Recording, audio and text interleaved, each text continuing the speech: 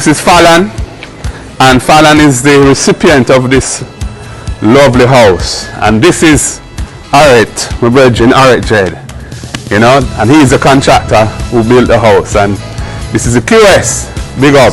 Mrs. Anderson, yeah man. So we're there, and we're just having my first look at it since it was built. Art sent me a lot of pictures all through construction, and now look at it, wonderful. So Aret, show me what going on.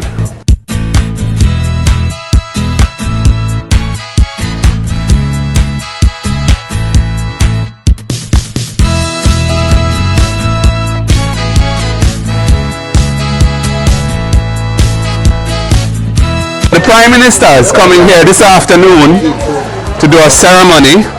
I just wanted to make sure everything was looking good and legit before him come. And so I'll be back here this afternoon, God willing, to be part of the celebration. And this is actually a premises which will have 2 houses. We have 5 houses that we're building under this program.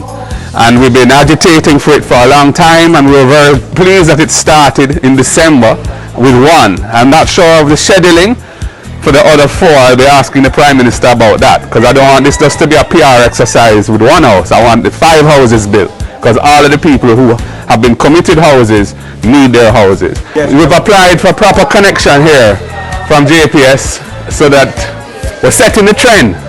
Fallon is setting the trend. Yes, I'm Minister Reid from Jungle Top, and I'm the new owner for this beautiful house. I just want to say thank you to our MP and the team.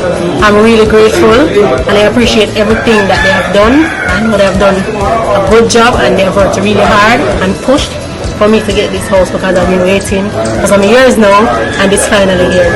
I want to say thank you again to the team, and Mark Golin, big up yourself. This is Louise Newland, councillor candidate for the Admiral Town Division, very vigilant on the ground in her division.